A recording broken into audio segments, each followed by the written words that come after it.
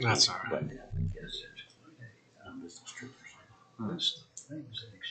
You ready to go, Nathan? Yes, we are.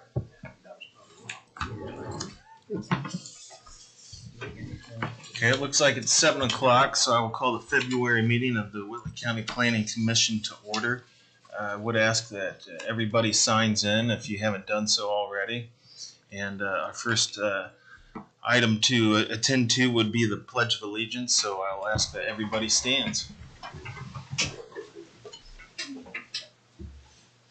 I pledge allegiance to the flag of the United States of America and to the republic for which it stands, one nation, under God, indivisible, with liberty and justice for all.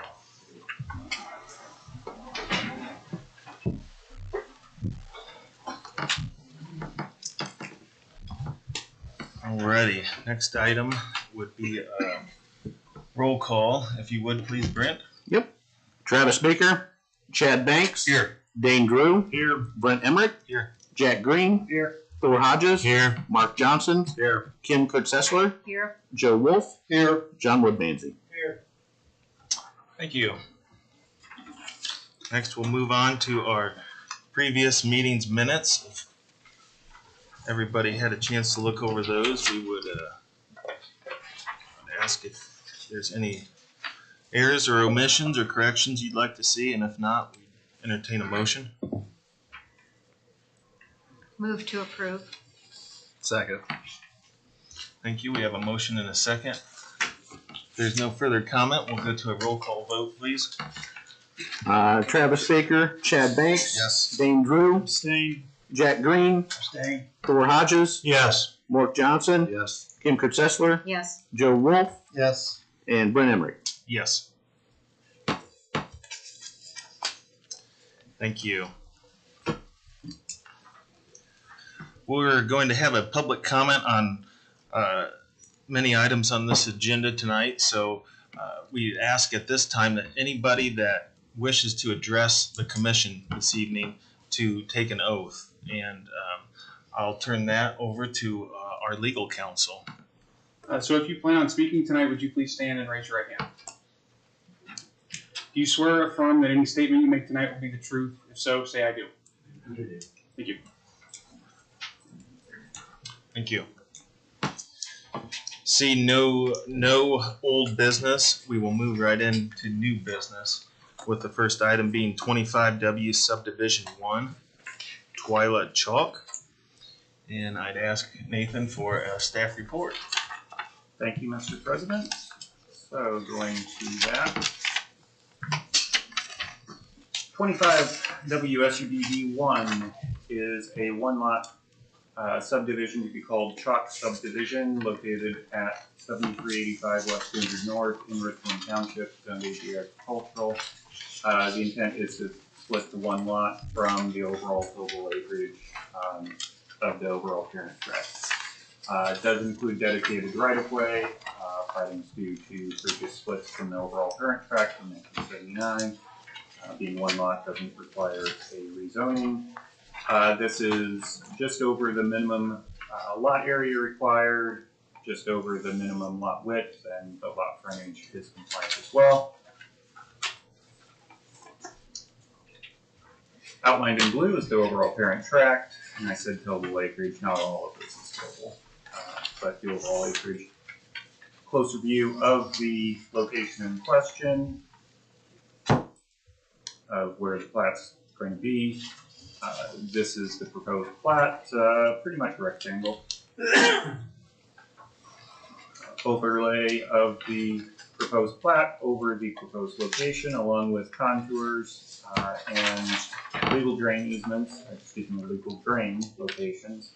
I included contours here just because of the fact that we have a fairly large hill that's somewhat unique to this property, so more out of interest than anything else. Going through the proposed conditions, just the standard 2 conditions, that septic sites are to be determined and approved by the health department prior to building permit issuance and delegation of secondary plat approval to staff, as we normally see with minor plats. Going through the review comments, again, pretty standard comments. This is a fairly straightforward one lot minor plat. Any questions for me? Don't hear any. Thank you, Nathan.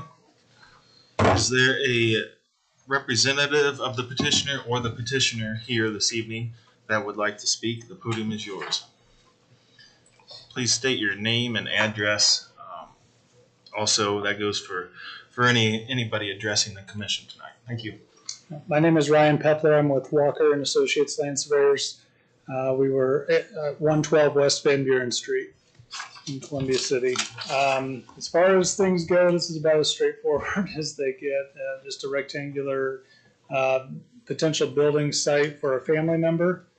It does meet the minimum 80,000 square feet for the lot size. Then the dedicated right-of-way goes over that amount to go just over 2 acres for the total site being developed. Like I said, not a whole lot on this, just a potential building site for a family member.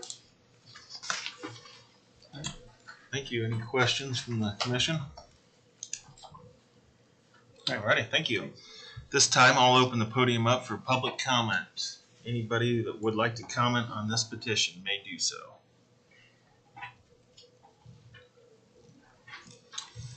Seeing no one, I'll close public comment and ask the planning commission for any questions, comments, or motions. Motion to approve as presented by staff. Second. We do have a motion and a second. There's no further comments. May we go to a roll call vote? Travis Baker, Chad Banks. Yes. Dane Drew. Aye. Jack Green. Yes. Thor Hodges. Yes. Mark Johnson. Yes. Kim Kurtzessler. Yes. Joe Wolf. Yes. Brent Emmerich. Yes. Thank you. Motion carries.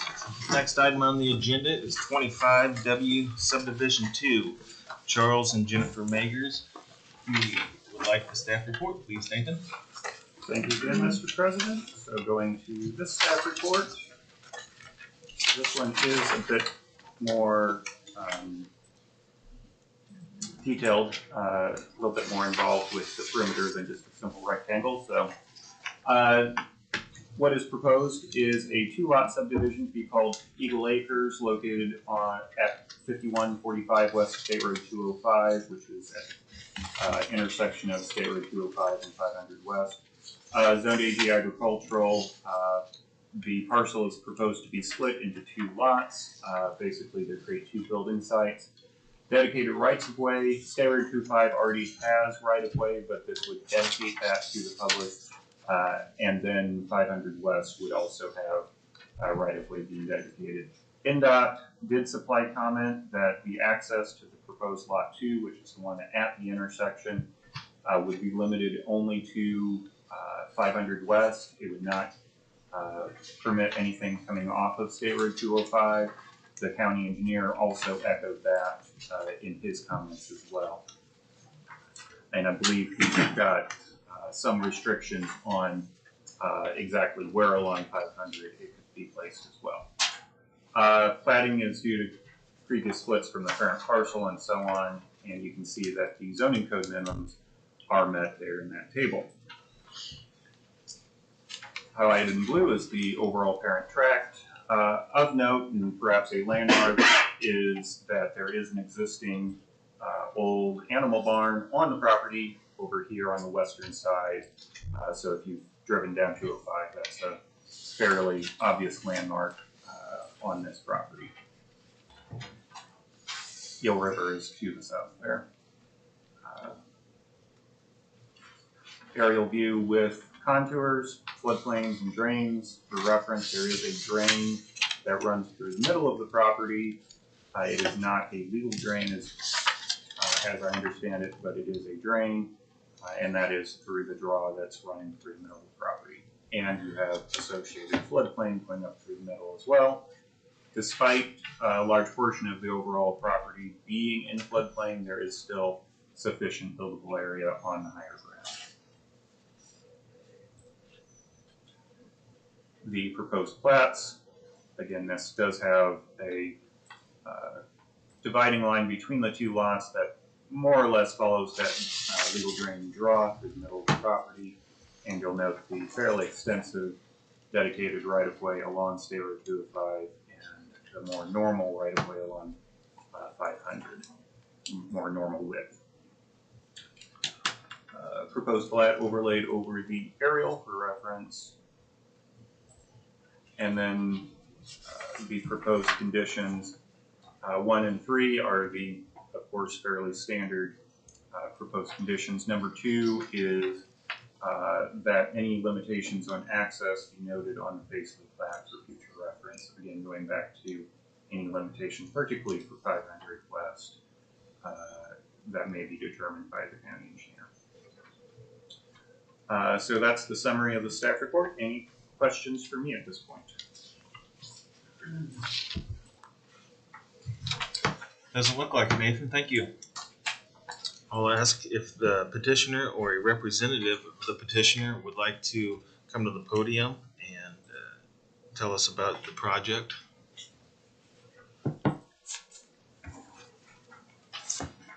I'm still me. Still at 112 West Van Buren Street. This one, so yes, I see the note. I have no problem putting the driveway note for Lot 2. Did you say there was a note for Lot 1, 2 as well, or?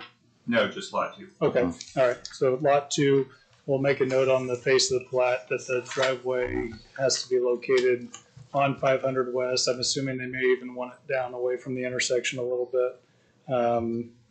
The reason for the odd-looking common line between Lot 1 and 2, that is a natural drain that drains down through there, and it's a natural place to put a property line through a part of it. We use the edge of the woods on the north end there to come up with that. The current property owners were happy with that, and it's going to be 2 potential building sites on this site.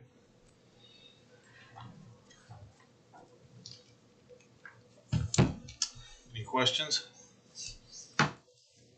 Thank you. This time I'll open the podium up for public comment on this petition. Anyone from the public may speak on its behalf, for or against.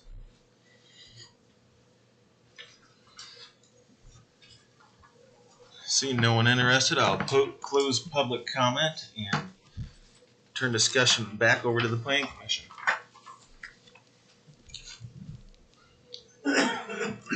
I'll move to approve 25W Subdivision 2 with staff recommendation.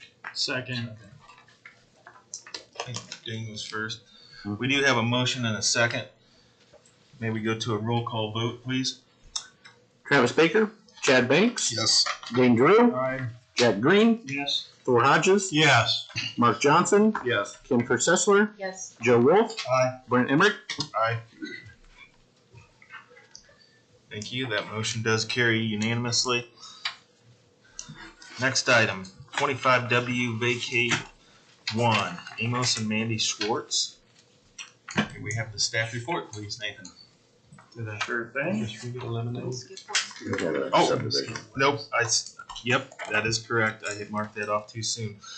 We are at number 3, 25W Subdivision 3, James and Joyce Webb. So that report, please, Nathan. What I was going to give you anyway. I was trying to speed you along. Oh, man. So Subdivision 3 for the year is a 2-lot plat as well, to be called Lake Luther, located at 5144 West State Road 114 in Cleveland Township, also located in Cleveland Township. Zoned AG agricultural as well as GC general commercial. What is being proposed are 2 lots.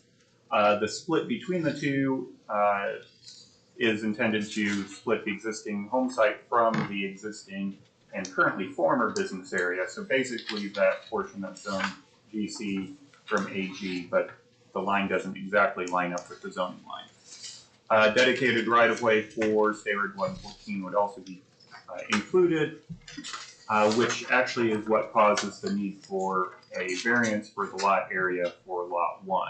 A setback variance is also required due to the placement of the lot line. Both of those are filed currently with the BZA for hearing next week. Plating is required due to previous splits from the 79 parcel, and of course this being partially commercial and partially ag, and being first lot out of it, no rezoning is required. You can see there all of the different zoning lot standards.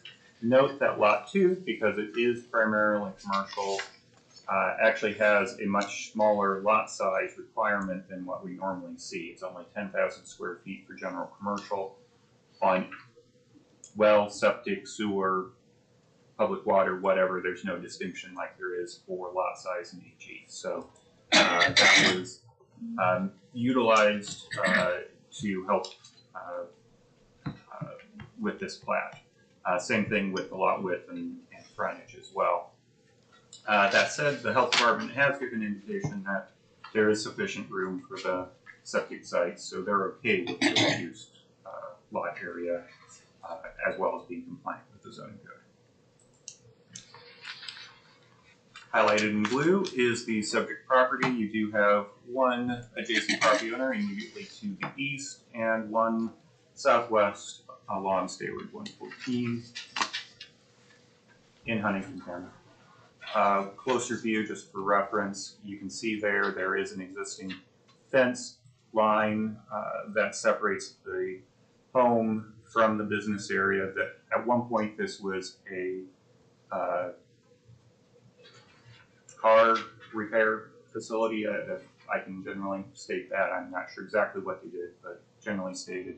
And it's my understanding that that's closed at the moment, and the petitioner just desires to keep the former business area as essentially personal storage and sell the house. And they can give you more details as may be applicable.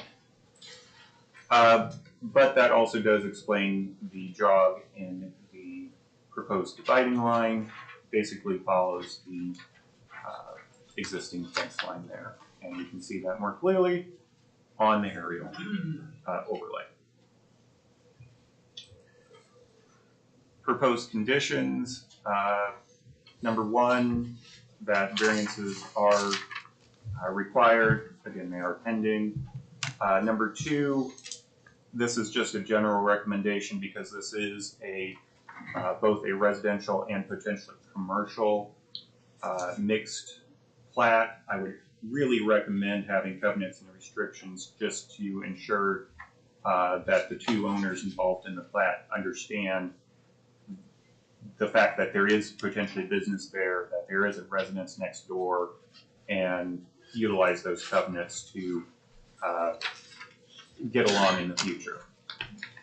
That said, it's also just a 2-lot plat, and normally we don't really require covenants and restrictions for 2-lot plats. So I make that recommendation, but am not really stating that it's a absolute requirement.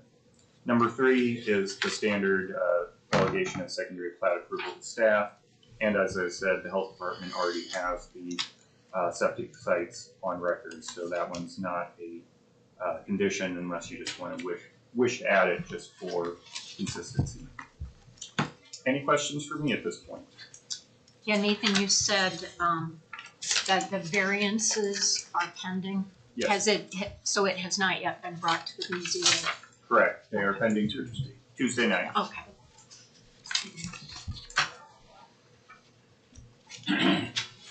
Any other questions for Nathan? Hearing none, I'll open the podium up to the petitioner or a representative of the petitioner tonight.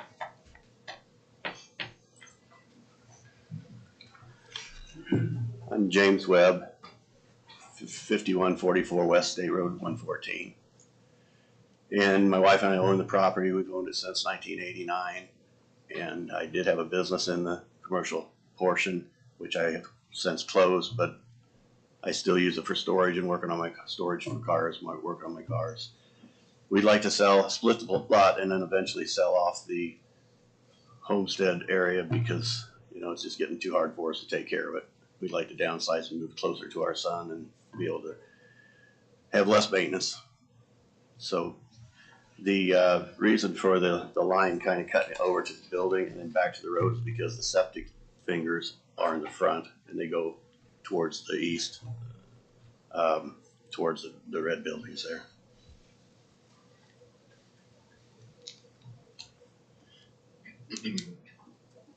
Any questions for the petitioner?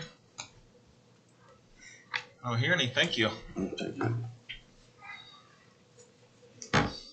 I'll open the podium up for public comment for or against this petition. Anyone that would like to speak?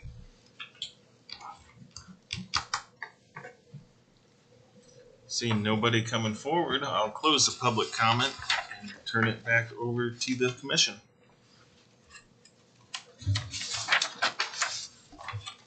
I'll make a favorable motion to approve 25W Subdivision 3 with staff conditions. Second.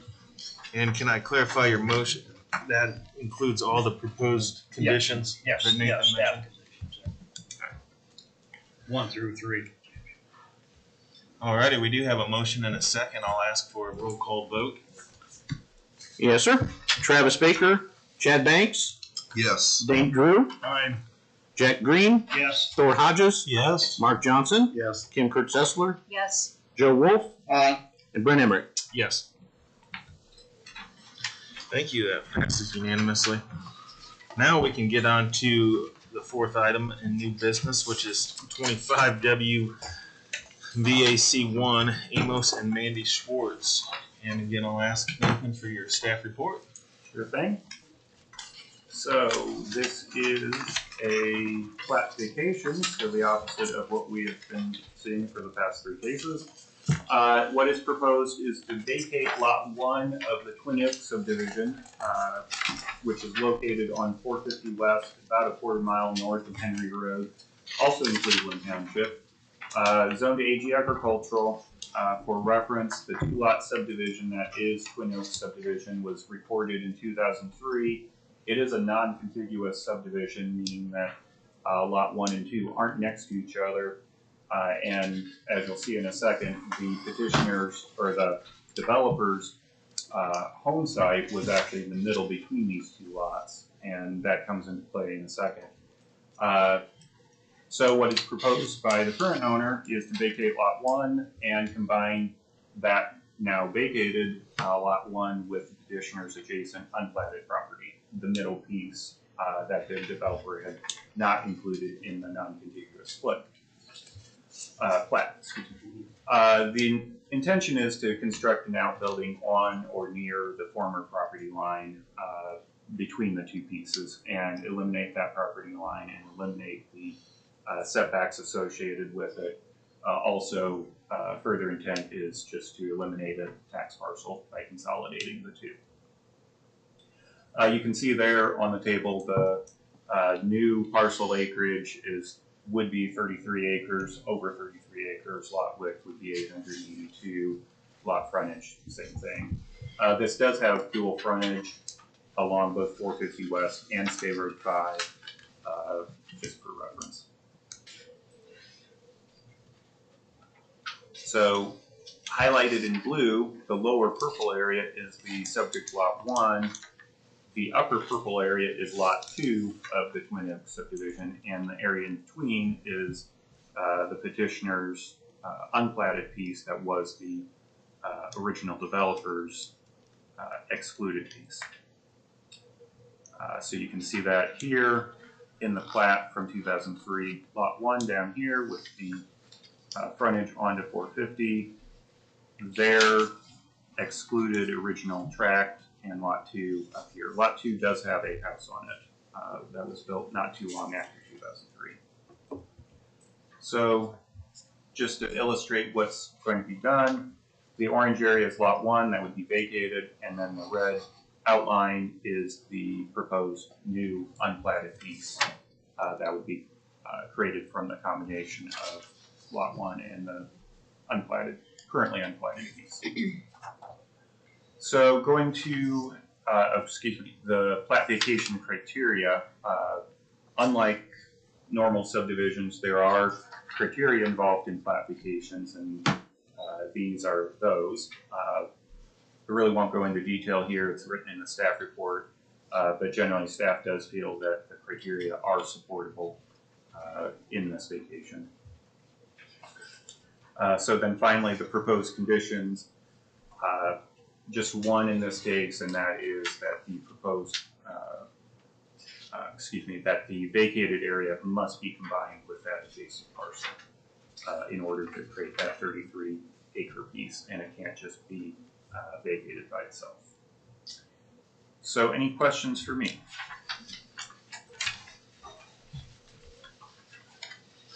Doesn't look like any questions, Nathan. Thank you. I'll ask if there's the petitioner or a representative for the petitioner here tonight that you would come to the podium and tell us about your project. I'm Pepper with Walker and Associates, 112 West Van Buren Street. I've been working with Mr. Schwartz he's wanting to put a pole building near the existing north line of lot number 1, close enough to that north line that the setback requirements kicked in, and so he elected to try to vacate lot number 1. The condition that the staff has for combining those two acreages together, we've already done the survey work to combine that. The final thing is to get approval and then to record a deed from himself to himself for that total 33.5 acres that will be remaining.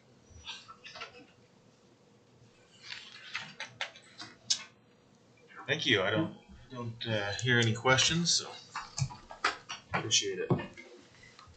I'll open the podium up for public comment on this petition. Anyone may speak for or against.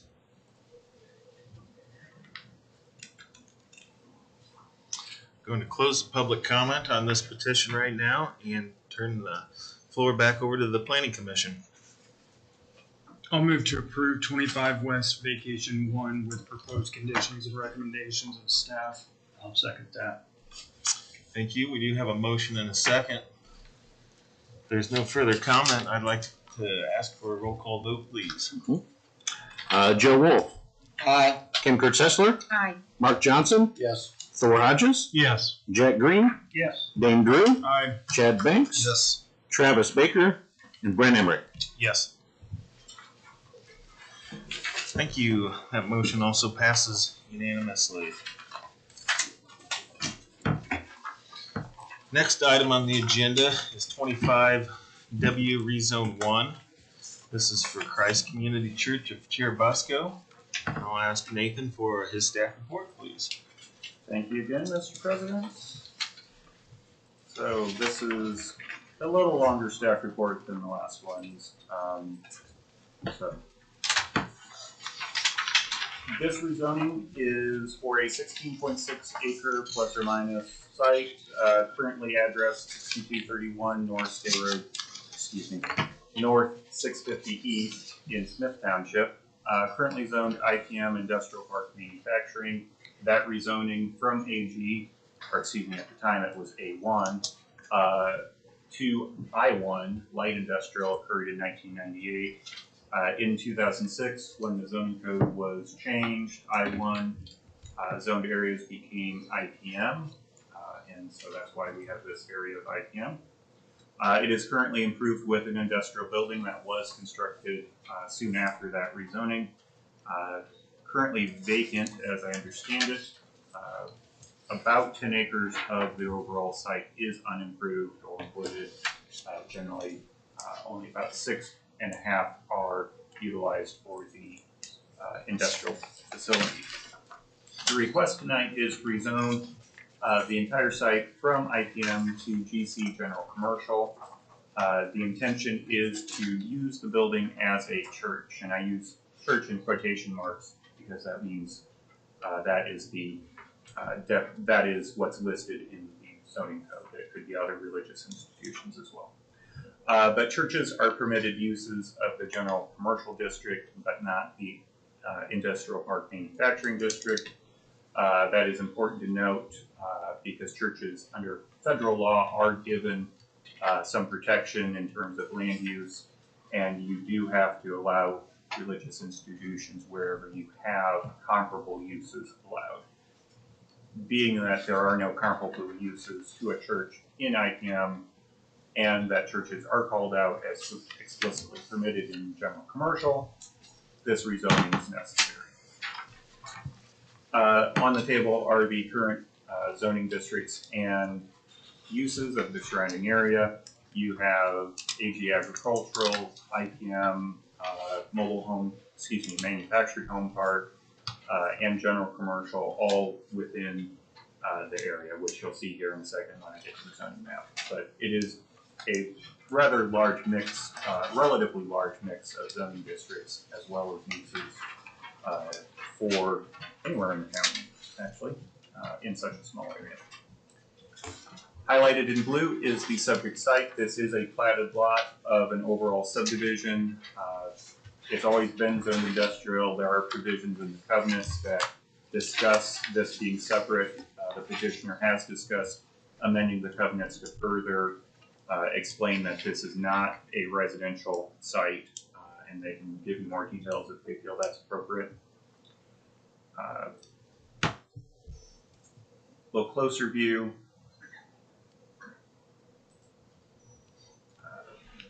Aerial view again showing the overall subdivisions. The one that this is part of are the lots immediately adjacent to it. You have major subdivision to the east. I believe that's Raspberry. And then farther east, another minor plat, and southwest there's just close to the edge of the screen is another minor plat as well. And as I said, the zoning map does show a relatively large number of uses or zoning districts in a fairly small area. If Raspberry subdivision was platted today, it would have required a rezone to RR residential, so potentially you would even have a fifth zoning district in a basically 3/4 mile radius area. So again, fairly unusual throughout the county.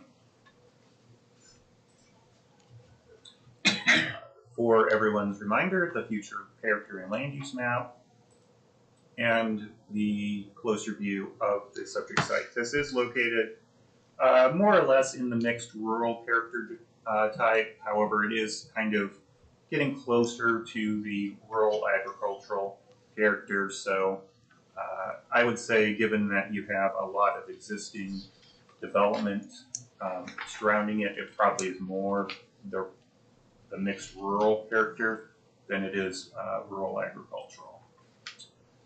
And that is going back to the character description that's outlined in the comprehensive plan. Note that this doesn't really talk about religious institutions, civic institutions. It talks more about types of development, and so how the proposed church use fits in is somewhat left open-ended, but it does give you some guidance as to what to expect for development.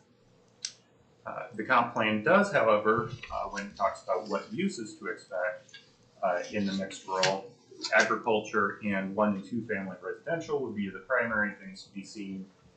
As we've talked about in a couple different recent cases, local scale commercial and retail would also be secondary uses, as well as institutional civic uses. And churches pretty solidly fall into that institutional civic use. So this the proposed use would fall into that secondary use. The proposed commercial zoning district potentially could also fall into that local scale commercial and retail category as well, although this is a 16-acre site, so it may be a little on the large side for fully calling it local scale. Going into the rezoning criteria, again, I won't go into great detail on this, but I just discussed the comprehensive plan, current character and conditions of the existing area. As I mentioned, you have a large mix of uses between agriculture used for cultivation, you have wooded areas, you have subdivisions, you have manufactured home park, you do have adjacent businesses and an adjacent industrial area as well. So it is a mix. Taking this from industrial to commercial would most likely fit in with that. Same thing with the desirable use. Conservation of property values. If this rezoning allows for a more intense use of the property, which is not the stated intent for the use, but we have to keep in mind that the zoning district allows for more uses than just the current one. If it's an intensification, there might be some impact on the property values, but if it's left industrial, there's a lot of leftover unimproved land that could also be developed, so which might be more impactful, or is it negligible between the two? Responsible growth and development. Typically I talk here about utilities and making sure that when we rezone something to a more intense use, that we do have utilities appropriately provided for, contemplated. In this case, we're down zoning and working with a zoning that was in place in 1998. This is on well and septic. There are no plans to have sewer and water run out here anytime soon. And by that nature, that probably will limit some of that intensification that I just mentioned as a potential problem. If and when utilities do get out this way, we probably won't be seeing additional growth anyway. So at that point, then it would probably be possible to further develop the overall site more intensely. Again, being commercial or industrial. Finally, the public health, safety, and welfare. The proposal is not to change any of the buildings, not to change much of the existing. So staff feels that public health, safety, welfare are generally not impacted. One note to that, though, would be if this does, again, cause an increase in traffic, the church use probably would not, based on their existing membership. But again, if this was a more intense commercial use, traffic impacts on US 33 as well as the county road could be a bit of a safety issue. NDOT would protect US 33, give guidance as to turn lanes, and the county engineer and county highway would do so for the county roads. Again, a minor issue. Staff doesn't feel like it has a overall significant impact enough to warrant anything more than just noting in the staff report. So with that, any questions for me at this point?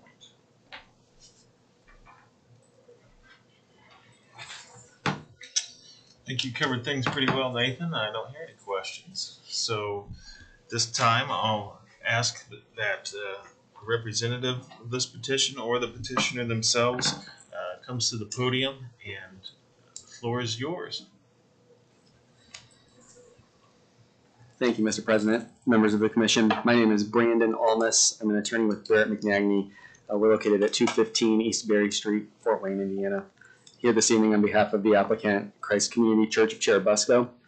Nathan has done a very good job of walking through the reason we're here this evening and the factors that you all will be asked to consider as you make your decision.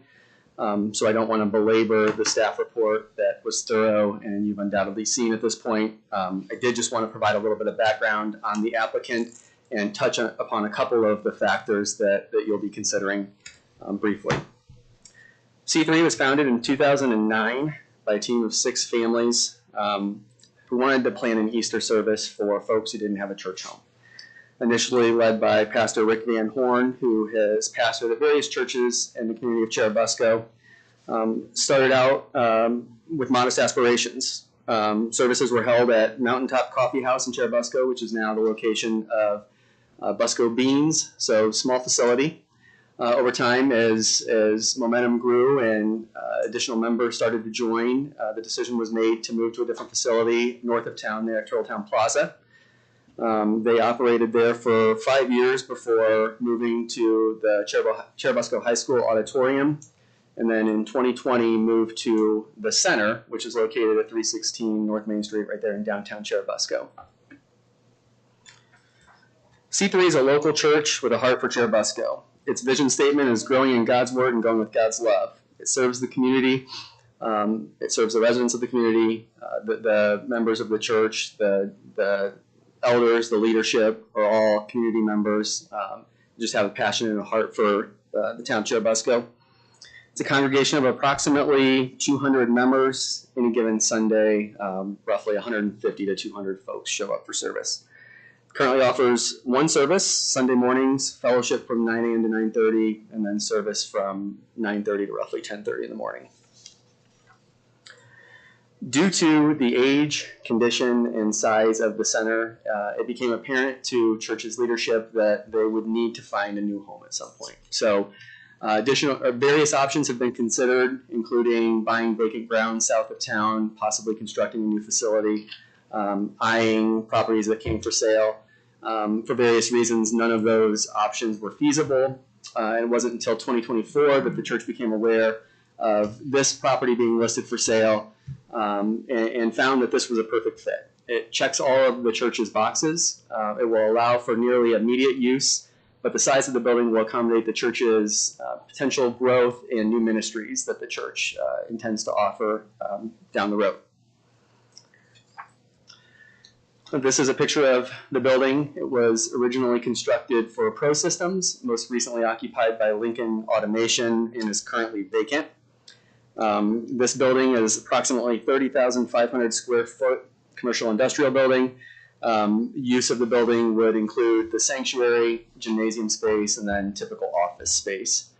There are no plans to alter the exterior footprint of the building or to construct additional buildings on the property. The church will utilize the existing septic and well. They have been reviewing that, evaluating that. It looks like the existing infrastructure is adequate, with possibly the need to add a couple of fingers to the septic system that they're working on. There are 57 current parking spaces and some additional paved parking area to the southwest of the building.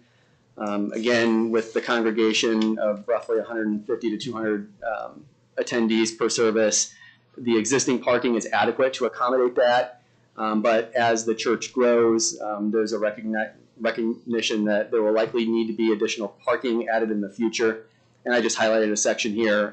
We've had some discussion with neighboring property owners about drainage concerns with additional parking, and just wanted to pluck this out of the zoning. We're aware of the requirements that will need to be met, the standards for parking that will be considered as any additional parking is planned.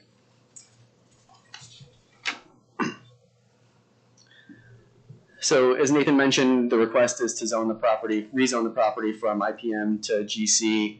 The sole purpose for this request is because the church use is not allowed in the IPM district, so this down zoning will allow the church to operate as a permitted use and will accommodate some of the additional ancillary uses that the church's visions for, including the gymnasium space, counseling services, things that are typically provided by ministries. Nathan has walked through these factors. I am not here to belabor them. I just wanted to touch on a couple of key points that we wanted to kind of highlight. First, the most desirable use for which the land in each district is adapted. As Nathan mentioned, this area is identified in the comprehensive plan as a mixed rural, primarily residential with some local scale commercial and institutional uses of secondary uses. When we look at this property, when I look at this property, the question that I ask myself is, what use is most complementary of the surrounding residential use? And churches and institutional uses are already universally permitted in the AG zoning districts and all residential districts. So based on the zoning code, it does appear that a church use does fit and complement some of those surrounding uses, and you see that in the various districts throughout the county. So given that this property is predominantly residential, and comparing the church use versus some unknown industrial use, we do think that this is the most desirable use of this parcel in light of the character of this particular area. Responsible development and growth. This is, infill development. There's always a priority for infill development and utilization of existing infrastructure, particularly when you have a vacant property with unknown development potential. So this project and this effort would repurpose the land in a way that we think is complementary of the surrounding residential properties. And finally, I just wanted to touch on the public health, safety, and welfare.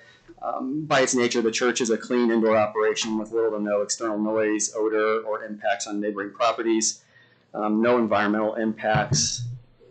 Two areas that I think are addressed or concerns that are raised anytime you have a change in use or redevelopment of a property: drainage and potentially traffic volumes.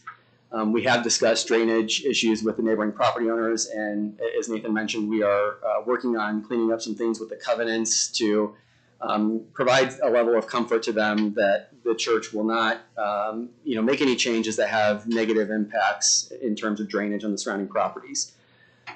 So we're aware of those concerns and are taking steps to address those proactively.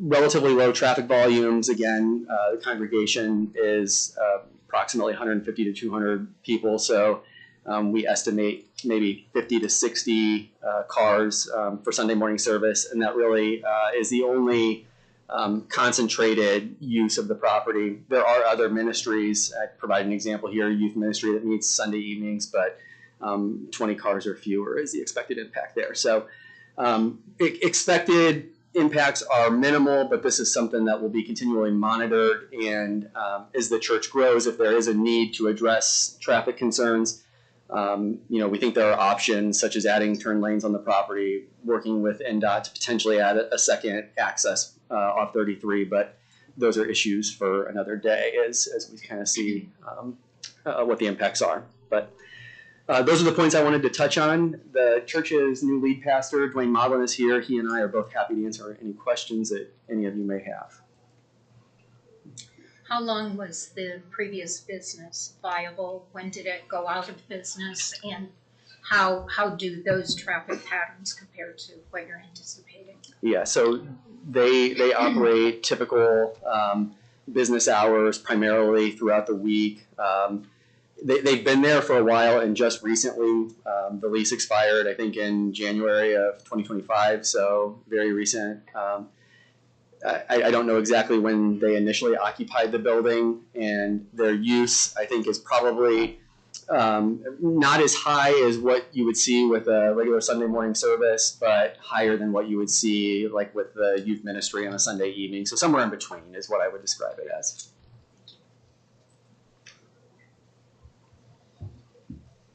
Any other questions? Ready? Thank you. Thank you. I'll open the floor up to public comment at this time. Anyone may speak for or against this petition.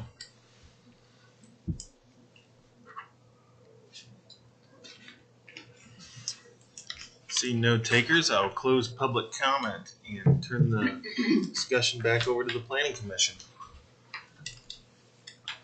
I'll make a favorable recommendation to approve 25W rezone 1. Second. Thank you. We do have a motion and a second. I would ask for a roll call vote, please. Yes. Travis Baker, Chad Banks. Yes. Dane Drew, Aye. Jack Green, Aye. Thor Hodges, Yes. Mark Johnson, Yes. Kim Kurtzessler, Yes. Joe Wolf, Aye. and Brent Emmerich. Yes. Thank you, and that motion does pass unanimously.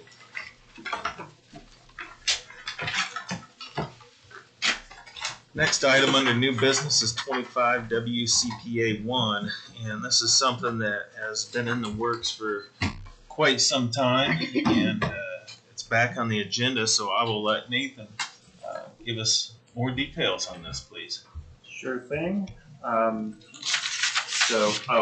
note on previous case, I'll write up the certification for the commissioners, and that probably will be on the commissioners' next docket at their first meeting in March, so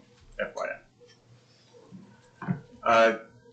Going to the safety action plan specifically, I'm going to turn it over to the county engineer here in a second, but this is something that we started back in the middle of 2023 based upon a grant that was given to the county to do this planning effort, and the timeline is from that point until now is outlined here. So I'm not going to steal more thunder from Brad, so if he could come up and give you more details. This is a far more engineering-oriented document than an absolute planning-oriented document, so he can give you all the details. Thanks, Nathan. Thanks, Mr. President and the Commission. So as you can see here, it was first presented to the Commission in August 2023. After that, we established a steering committee of which Kim Kurtzessler and Joe Wolf both were a part of, in addition to Chad Banks as the commissioners. We also had city and first responder representatives on that committee as well. We did a full competitive consultant hiring process using INDOT scoring method and hired American Structure Point for that. We with American Structure Point performed, statistical analysis on a crash data to find patterns and trends. We held public outreach, including an online survey, as well as having with the first Friday, and then provided input on early drafts of the plan and their data analysis and their project determination and prioritization. So what did we get out of that? So slide, please. So we got patterns, first off. I have here a couple of things on the text for the crash type. The table was too big, so I just typed in the number one crash type for the most injured people involved in the crash was run off the road accidents. That's, veering off the side of the road. And then the highest for severity ratio, which is basically you take the number of injured crashes compared to the number of total crashes, and you provide a ratio for that. The number one was pedestrian crashes, but there was only one in the entire county for those 6 years. So I went ahead and put that head-on collision, which was the number two as far as severity. We also got trends in road segments and intersections. So the middle graph there is the road segments. The darker the red, the more crashes were on that segment in general to the rest. I will point out that there is a little dot between Tri Lakes and Blue Lake. If you are familiar with 450 East, there's a little curvy section as it goes up a hill. That section was the #1 ranked severe segment in the county. And the next map after that is hotspots. Again, the red is the more severe, and you can see there's a couple spots down, I believe that's 800 South, intersections there that were the most severe. The plan, of course, has full tables that break down all the statistics for all the segments and all the intersections. It also has maps for state road intersections and segments.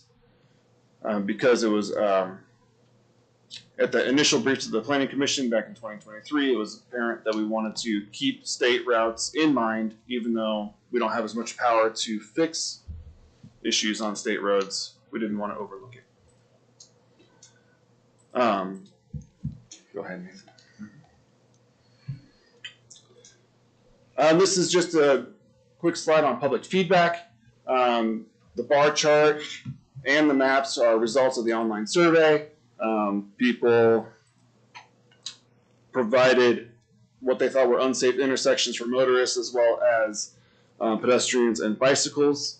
And then the maps are similar from the crash statistics. The more red, the more mentions that they got on the survey. And if you scroll over to the right, Nathan, all the segments from the public survey were state routes. So, that tells me that it was, important for us to include those because they definitely have a high visibility among the public as needing addressed.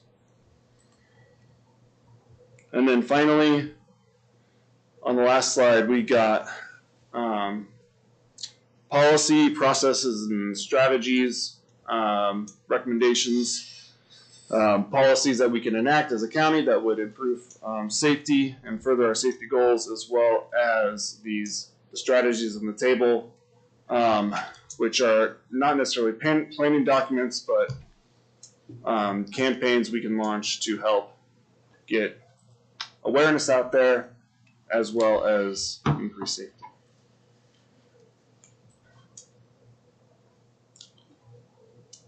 And then finally, we had a list of projects on how we can address specific safety concerns on our projects. The projects were scored there by the rubric you can see on the top, taking total crash rate, fatal and injury crash rate, and equity considerations, as well as public feedback.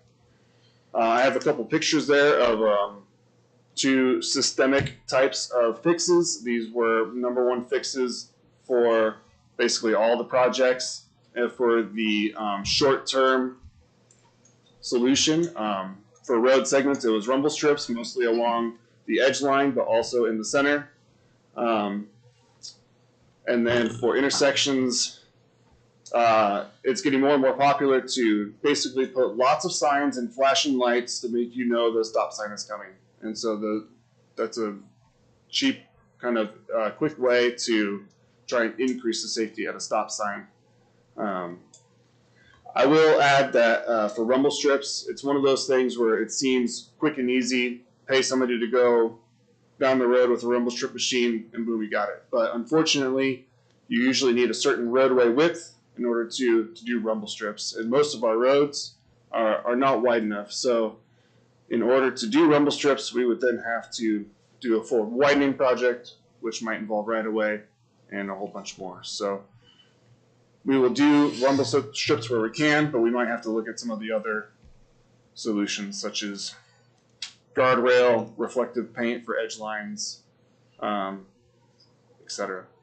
Some longer-term projects they list are widening, adding shoulders, and then at intersections, quite a few of them could benefit from having a roundabout if we decide to go down that road. So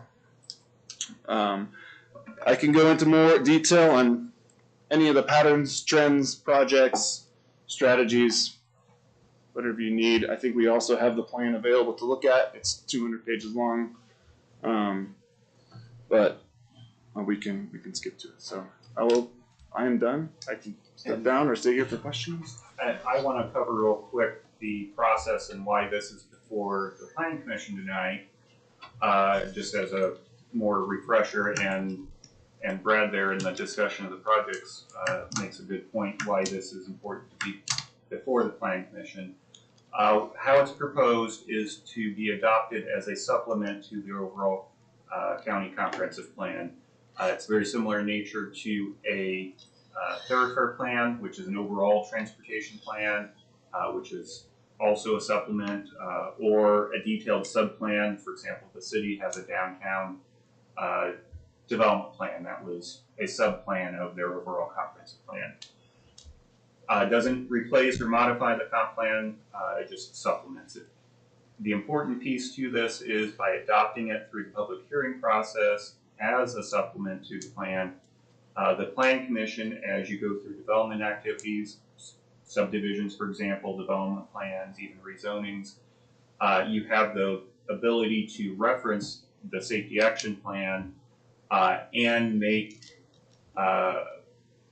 any sort of requirements that may be necessary based upon that plan. So again, if right-of-way is necessary to implement one of the recommendations out of the safety plan, and you have a project that may be next to that intersection that needs to be improved, you have the ability to say, hey, the safety action plan calls out for additional right-of-way to be granted.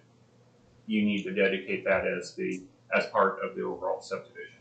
More likely, we'll see it more frequent during development plan considerations, which aren't public hearings. But again, it gives that leverage to be able to say this is important, we need to account for it during these processes. If this was just adopted only by resolution through the commissioners, which is the other option, the Plan Commission would be able to reference it, but legally you wouldn't have as much teeth to make it a requirement. You could just make a request, essentially. So then the steps as part of that adoption process, we've already held the public input segment of it, as Brad mentioned, many months ago at this point. So tonight is advertised for the official public hearing. And then after that, the Plan Commission makes a recommendation to the county commissioners, who then adopt it, presumably adopt it by resolution as well. So very similar to, actually identical to comprehensive plan, very similar to rezonings.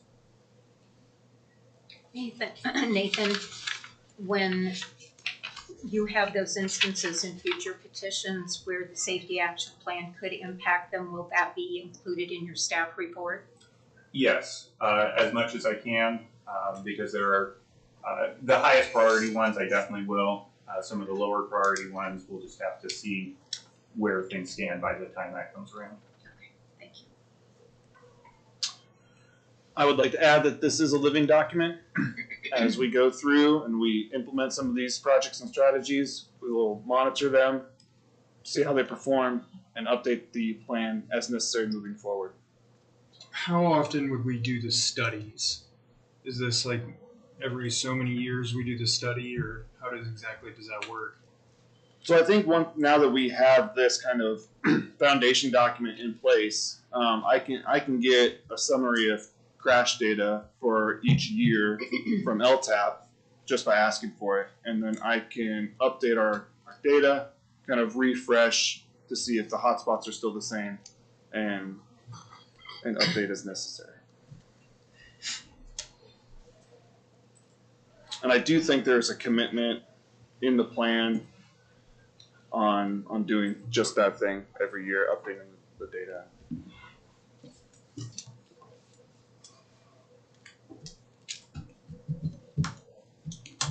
Alrighty.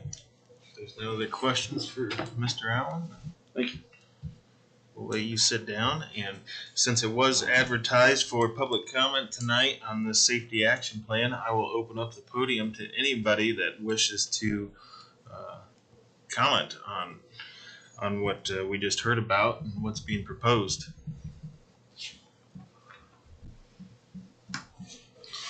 Alrighty, seeing no takers, I'll close public comment on this action plan and turn discussion over to the Planning Commission.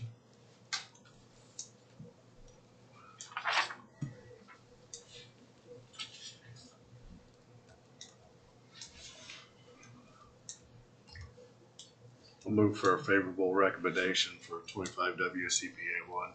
I'd second that. We do have a motion and a second, so if there's no further discussion, I will ask for a roll call vote, please. Yes, sir. Joe Wolf, Aye. Kim Kurtzessler, Aye. Mark Johnson, Yes. Thor Hodges, Yes. Jack Green, Yes. Dane Drew, Aye. Chad Banks, Yes. Travis Baker, and Brent Emery. Yes. Thank you. That motion also passes unanimously. Our seventh and final item tonight under new business is 25 WZOA 1, and that is concerning our proposed amendments to the code regarding shooting ranges. And I will turn the floor back over to Nathan to discuss what you have in mind. Thank you again, Mr. President. So, I have several slides here just summarizing what the code changes are. Planning Commission, you've talked about these over the last going on 6 months, I think. But again, just a overall comprehensive summary of what these changes are. I also have a couple of illustrations included for reference as well.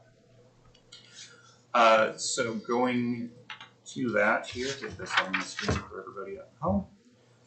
The goal with this is to provide minimum necessary regulations to establish safe shooting ranges, indoor and outdoor, as well as to permit hunting and private shooting. So that was our overall goal. The objectives: identify where would shooting ranges be permitted versus special exceptions, and then create the minimum development standards for those in the zoning code versus general code. That was identified in the zoning code. Specific standards versus referenced, for example, NRA guidelines, and then prescriptive versus adaptive standards. So prescriptive being very specific specifications outlined in the code versus adaptive standards that are more descriptive, saying you need to do this, how you do it is more dependent upon the specific location and so on. And ultimately, what's proposed is a mix of all of these, except for the general code component. As I said, this is all in the zoning code proposed. So now to the summary of what's being changed. Definitions are to be added. I'm not going to go through what every one of those is. The diagram there on the right, which comes from the NRA guidebook, illustrates most of those, or several of those. Highlighted in red is what the code would define as the quote-unquote active range area. The overall shooting range would be the overall area that you see there, and could be comprised of several different active range areas. The reason for that distinction is setbacks, for example, are measured from the active range area, basically where shooting is actually going on, but shooting range would be comprised of both the active areas as well as areas that might include a clubhouse, parking, various other accessory uses. So all of that falls into the overall use as quote-unquote shooting range. So that's why the distinction there. Backstop is the area that you're shooting into. And once we get to the development standards, it is required to be covered. Berms would be on the sides. This diagram doesn't show baffles. I have a later diagram that illustrates what baffles are. Firing distance and firing line are shown, and so on. And indoor, outdoor ranges are also further defined. Zoning districts, specifically indoor shooting ranges, would be permitted uses in the Parks and Recs district, general commercial district, and the IPM zoning district. They would also be special exceptions in the ag district and village commercial districts. We did not include indoor ranges in the intensive use district, which is our heavier industrial, just simply to try not to overload the intensive use district. We try and keep the number of uses in that fairly small. Going to outdoor shooting ranges, which, as you know, is where we've spent most of our time through this process. None of the districts would allow it by right as a permitted use, but it would be permitted as a special exception use in AG agricultural, parks and rec, and intensive use. Again, the more heavy industrial.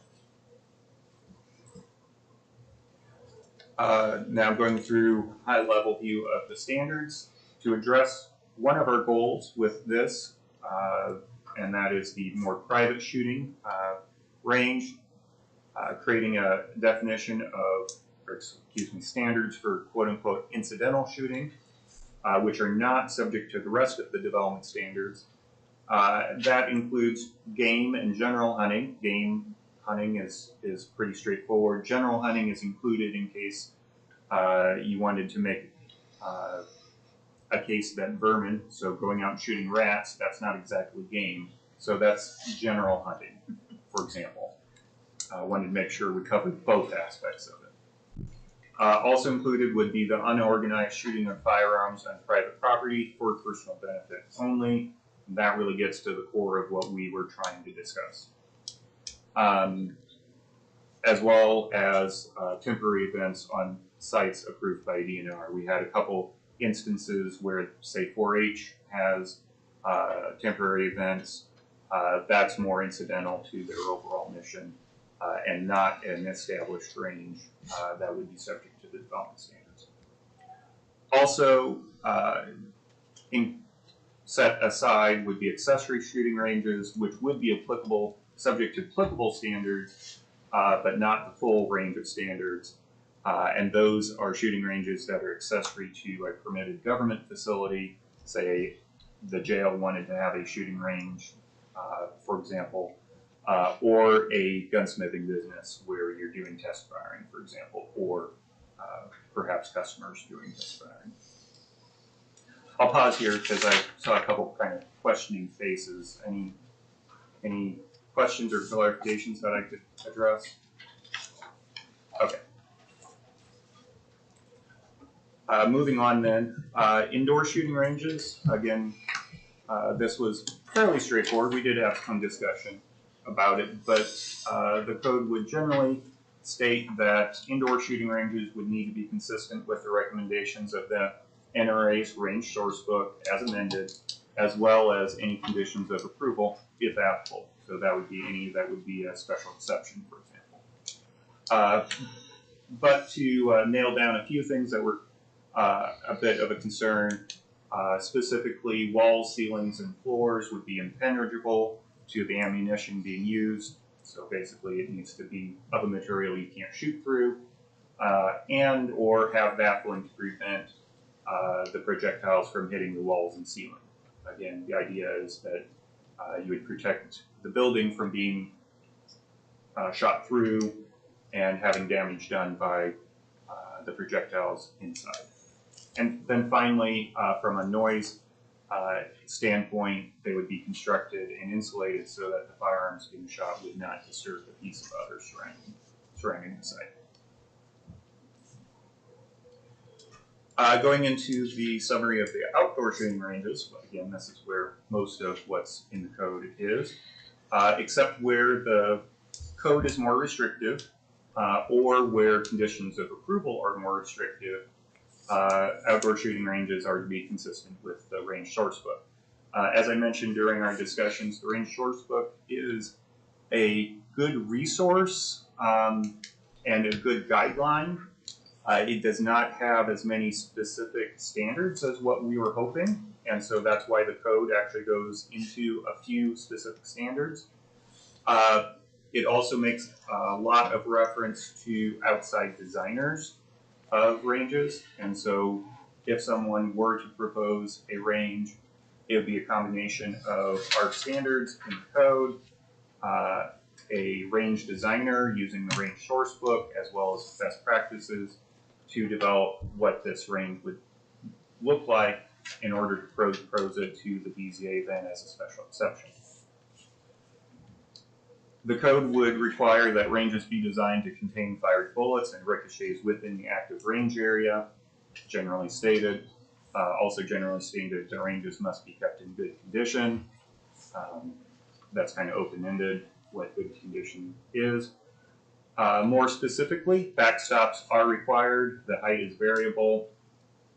As you can see in the table on the right-hand side there, that minimum backstop height is variable based on how long the range is. For a handgun range, you're a little bit closer, the height is somewhat shorter, and so on. It goes on up to a maximum of 20-foot height for a 300-foot long rifle range or 150-foot long handgun range or more.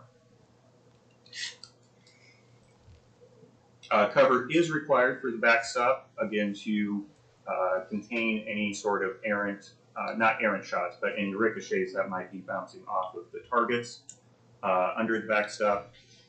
Side berms, which are required later, are to join into the backstop, so it's a continuous berm all the way around. There is a note that existing topography may substitute for the constructed berm and backstop. Hypothetically, if you were to locate in one of our former gravel pits, which the county does have several around, then that gravel pit ledge, that cliff, could substitute it, as long as the height would be equivalent to what would be required. So again, trying to be adaptive and responsive for a specific site. This one was one that we had a lot of discussion on, whether to include or not include, and ultimately it is in here, and that is that baffles are required. Overhead baffles are just required overall. The intent is to capture projectiles shot up to a 30-degree angle from the firing line. That is measured from the ground level, just to make things simple, because you can, if you measure it from shooting prone, that gives you one angle. If you shoot from an upright position, it gives you another angle. Just to simplify administration, it's measured from the ground level. The exact number, spacing, position of those baffles would be reviewed as part of the special exception, and the range source book and range designers both have guidance on what those baffles would, the spacing and so on. Again, the goal is to capture that 30-degree angle for an errant shot or for ricochets. Side baffles are required as well if that side berm does not have overlap with the overhead baffles, so it just basically creates a continuous baffle from the sides to the top if the berm doesn't overlap the overhead baffle. And then finally, this is a summary of this specification. Materials are to be sufficient in type and thickness to capture Amos projectiles. A little bit more words in the code. Then finally, the other standards, setbacks, which are measured from the active range perimeter, not from the overall shooting range, as I described before. Excuse me. Setbacks would be 500 feet from that active range to a property line containing a dwelling. Doesn't matter how far away from that property line the dwelling is, but if the adjacent property contains a dwelling, the active range needs to be 500 feet from it. 300 feet from any public road right-of-way, and then 50 feet from any other property lines, which is, if we're looking at ag, double what the minimum setback is for ag from property lines. It's standard 25 feet for principal structures. This would bump that up to 50. It's also in line with what we require for our intensive use or our industrial districts. Performance standards, just again, generally stated that no potentially dangerous projectile would leave the shooting range property. That's basically there to control if we have repetitive issues with a property with overshooting and so on. That's an indication to say, hey, there's something problematic here. Your special exception approval is in jeopardy. we got to figure out what's going on. You need to figure out what's going on. The other performance standard, a general performance standard, would be that there would be no use of incendiary, ammunition, tracer rounds, or explosive targets, tannerite being the common example, and that is for fire safety and noise consideration specifically. Safety generally, but noise as a byproduct of that. Additional details that are not called out with specific standards in the code, but are called out as specifically needing to be addressed by BZA during special exception review would be hours of operation, securing of the range, any warning signage that may be needed along the perimeter of the shooting range or active range, as the case may be. The range source book goes into a lot of detail about recommending what that warning signage or fencing, things like that, would be or could be. Any noise mitigation measures, that is very site specific, so that's why this is a requirement to include in the special exception as opposed to a one-size-fits-all standard in the code. Dealing with lighting, light spillage, and glare, as we typically do with development plans, this would be dealt with the special exception. Need to include the type of firearms and ammunition being used, and that is because handguns versus rifle ranges, the distances, the heights, and so on are all contingent on that. And then finally, evidence of compliance with NRA range source book guidelines for anything that's not, again, called out specifically. And of course, BZA has the authority to include other conditions and so on as may be necessary to meet the requirements and purpose of the zoning code.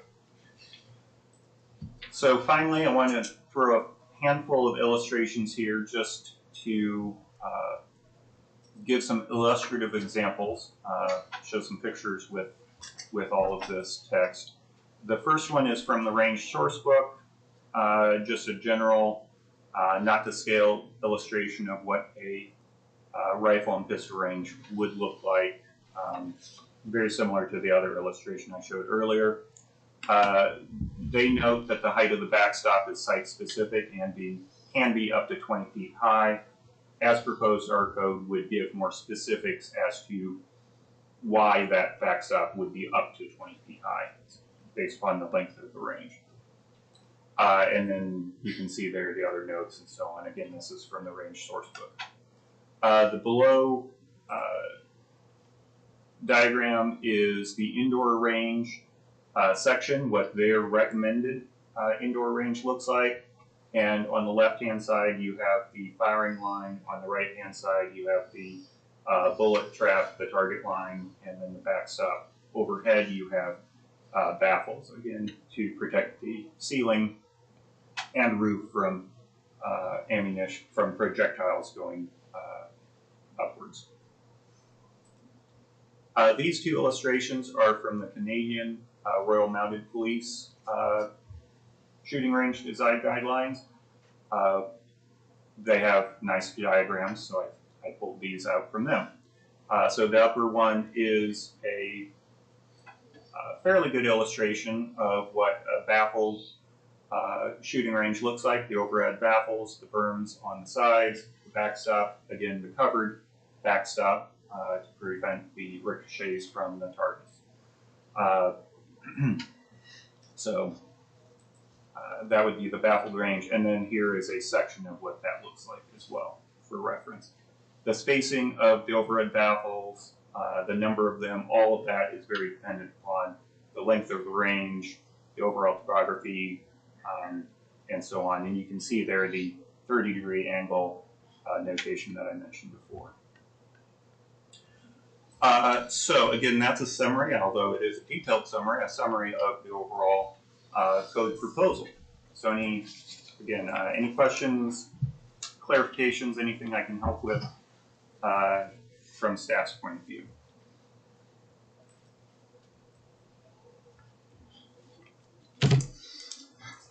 I don't hear any, Nathan. Thank you for that.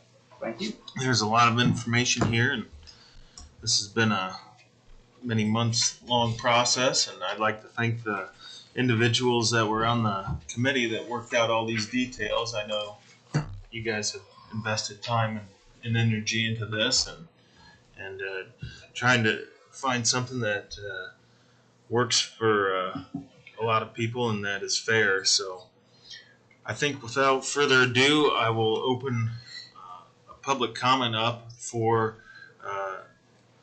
anyone that wishes to speak on this proposed gun range code. So as usual, just please state your name and address, and the podium is open.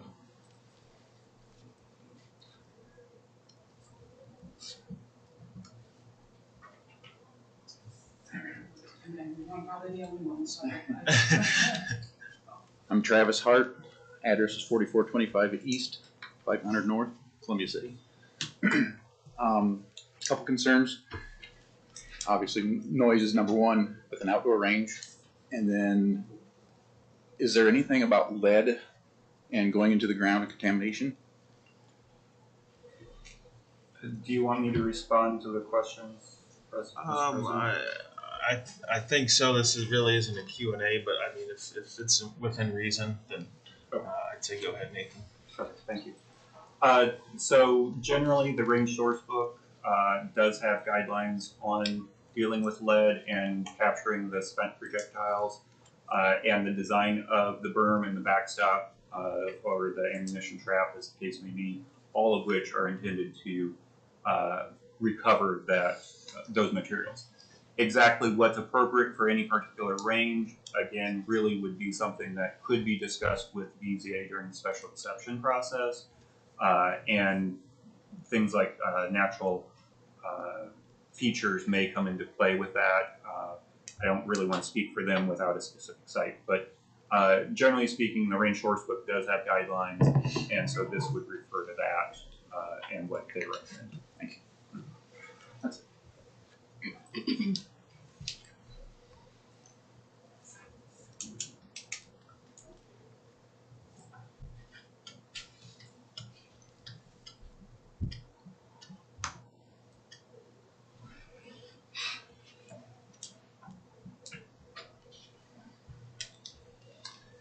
Anyone else?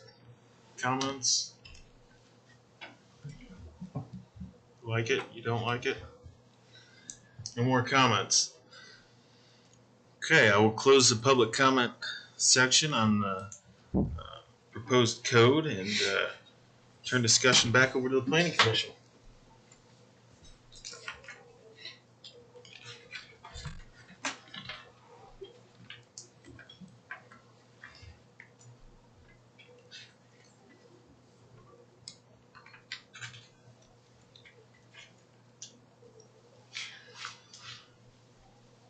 Just a question about protocol. Is this an approval or a recommendation?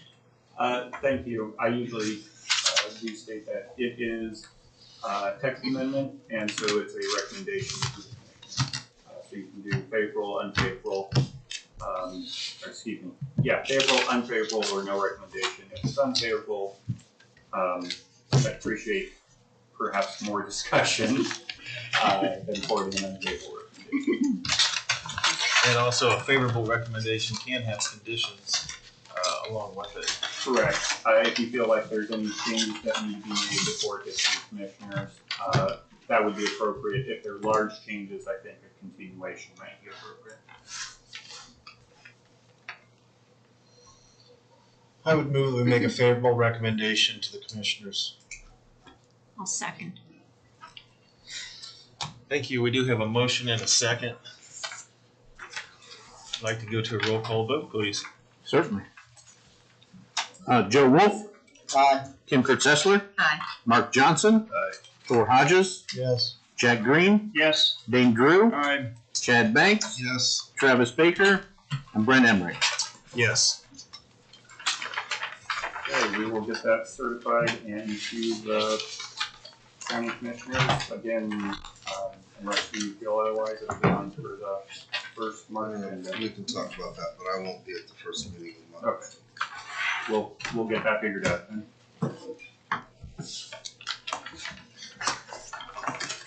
Thank you, Nathan. That concludes new business. Moving on to other business, I do not see any other business. Next item is the reports from staff and members. So, just a general thing here, you'll notice, I'm sure you noticed that we changed up the agenda format. There's a few reasons for that, but the biggest one, the one that prompted it, is the inclusion of both the YouTube live stream link as well as the GoToWebinar link if someone wants to remote participate. And that caused us to do research about how other places do it, and we found some other places doing kind of nice looking agendas, so we changed it up. We also included more information about ADA accommodations, which is important. Who do you contact, for example? And then we also included this line item of other basically reports from staff and members. Basically just what I'm doing now, just telling you about what's going on, or if you have anything to relay to others as well. It's not really other business, not really discussion items. So reports is what we're calling it. So, so that's what this is. And that's what I have. Thank you. I am pleased with the new look of the agendas, and I think it's a good look and efficient way to lay out information and cover all our bases. So if there's nothing left from staff, the only other thing left to do tonight is to adjourn the meeting. Thank you.